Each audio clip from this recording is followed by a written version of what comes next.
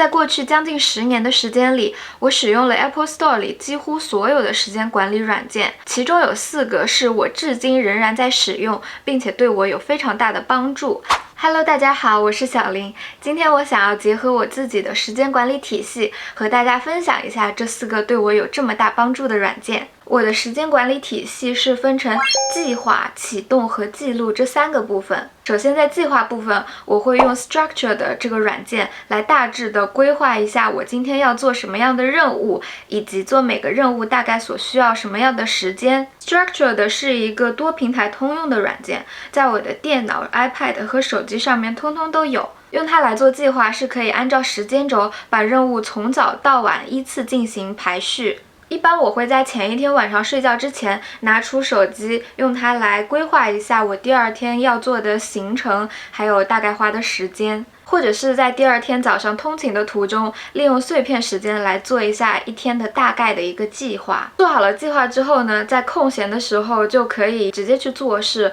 不需要再去做另外的决策。因为做决定的过程是一个相当消耗脑力的认知过程，需要不停的进行信息比对来做出一个合理的判断。我会发现我自己如果前一天没有做好计划的话，第2天在空余的时间里面就会不知道要做什么事情，导致我就犹豫很久，也不知道说我接下来可以把时间花在什么样的地方，最后就导致时间白白的浪费掉。在做计划的过程中，我会在事件和事件中间留出一段时间的空白。比如说我计划7点到8点钟吃早饭，那我就会把接下来的一个任务排到8点半或者是8点45分。因为在我过去做计划的时候呢，一开始我是把每个事件都紧密的排在一起，结果就经常遇到上一件事情超过了我所预定的时间才完成，然后下一个事件还没有开启，这样就会让我变得很焦虑，有一种强烈的挫败感。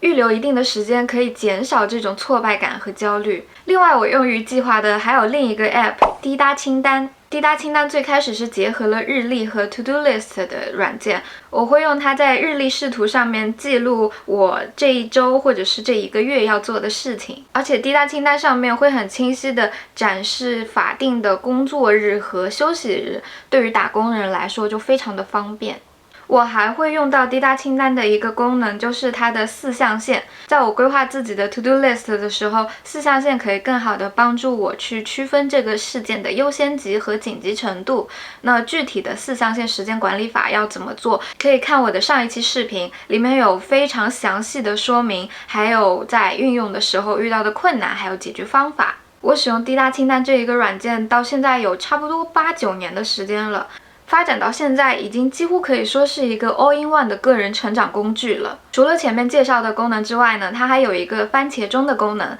这里就让我们进入到时间管理的第2部分——启动。我自己是属于一个还算有点小懒的人，经常会滑手机，一滑就起不来床，会有一个启动困难的问题。而我的方法呢，就是给自己添加一些仪式感。要开始做事之前就打开番茄钟，告诉自己就先 focus 这25分钟。我是不会在心里抱有侥幸的说我先做这25分钟，然后我就可以持续的做下去，直到把这件事情做完。我不会这样子告诉自己，我一定都是跟我自己说，就这25分钟，多1秒钟我都不会做。这25分钟结束，我马上就抱着我的手机划它个天昏地暗。今天做了25分钟，够了，可以了，我对自己满意了。我就只做这25分钟，这是一个比较小的启动成本。那结果呢，也是会跟我自己预测的一样，过了这25分钟，我就觉得好像有一点意犹未尽，我还可以再做下去。然后是顺着我当时的那个心情，把这件事情持续的做下去。那经过一段时间的刻意练习，我觉得我的大脑已经成功的把打开番茄钟和开始做事这2件事情联系在一起。现在一打开番茄钟，我就可以马上跟那个上磨的驴一样，不需要做任何思想斗争就开始工作，1秒钟就可以进入状态。但有的时候我的意志力非常的薄弱，连点开番茄钟专注25分钟都是一件非常大的困难。那这个时候我就会点开我的另一个时间管理软件，叫做 Forest。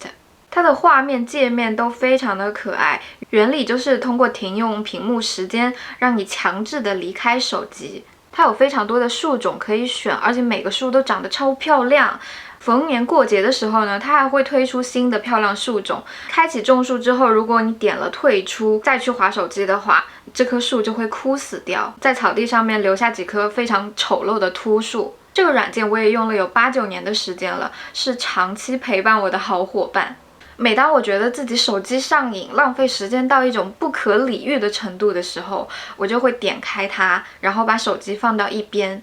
我不一定会马上就开始做事，但是我会先让我自己停下来，停止滑手机的那一个动作，先去喝一点水，洗个碗，拖个地，做一些其他的家务。即使没有直接开始工作，也好过我瘫倒在沙发上面毫无止境的滑手机。然后再从比较闲散的、不太费脑的任务过渡到比较复杂的工作任务中。我的时间管理最后一步呢，就是记录实际时间的流逝。我用到的软件是苹果日历。我记得有一句话就是说，你把时间花在哪里，你的成就就在哪里。所以我觉得记录时间就和记录花钱一样重要。在苹果日历里，我把我的日常任务分成了大概的几个模块，用这种不同的颜色来区分这些模块。记录下来的时间呢，就会是这样子一个又一个的不同颜色的 block。记录时间对我来讲，主要是有一个减少自我欺骗的功能。因为我在规划时间的时候，经常会以为这一个任务我只要1个小时、2个小时就可以把它完全做好了，但实际上我并没有我自己想象的这么高效。通常这一个任务我是要花3到4个小时去进行，或者是在我计划好要做一件事情的时间节点上面，我实际上个人的状态还没有成功的启动，还处于刚刚说的那一种启动困难，要花一点时间来进入状态。记录时间呢，就让我对自己更加的了解，我做一件事情大概要花费多长的时间，我一天的工作效率大概是多少。如果仅仅只是做了规划，但是没有好好的去记录它的话，就看不到理想和现实的自己中间的落差到底在哪里，然后会不断的被自己没有完成任务的挫败感给打败。如果只是去做了计划，但是没有好好记录时间到底去了哪里的话，我经常会对自己抱有一些不切实际的幻想。当我发现事实跟我的理想中间有很大的偏差的时候，我就会感到很挫败，然后直接就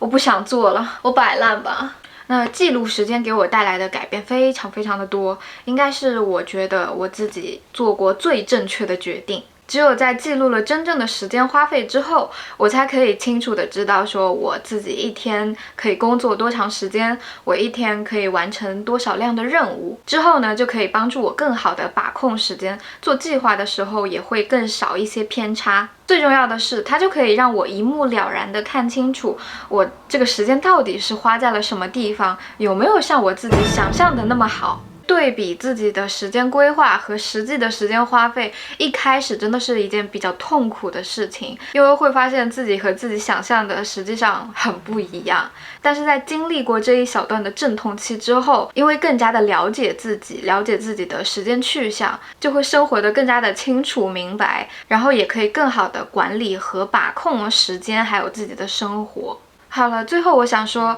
在现在这一个短视频还有快餐文化如此盛行的时代，我们可能都有经历过手机上瘾、拖延症。我觉得没有必要因此就责备自己，因为它就是被设计成这样，想要抓取我们的注意力的。如果你有点进这期视频，并且看到了这里，不管你是不是把它加到了稍后再看里面，我相信你都还是有一颗想要进步的积极的心。通过合理的管理时间，还有使用这些软件，我相信每个人都可以跟时间做更好的朋友，提高生产力，让每一刻都过得更加有意义。希望今天这期视频的内容能对你有所启发，也欢迎你在评论区给我留言，说一说你自己的想法。那我们下期视频再见啦，拜拜。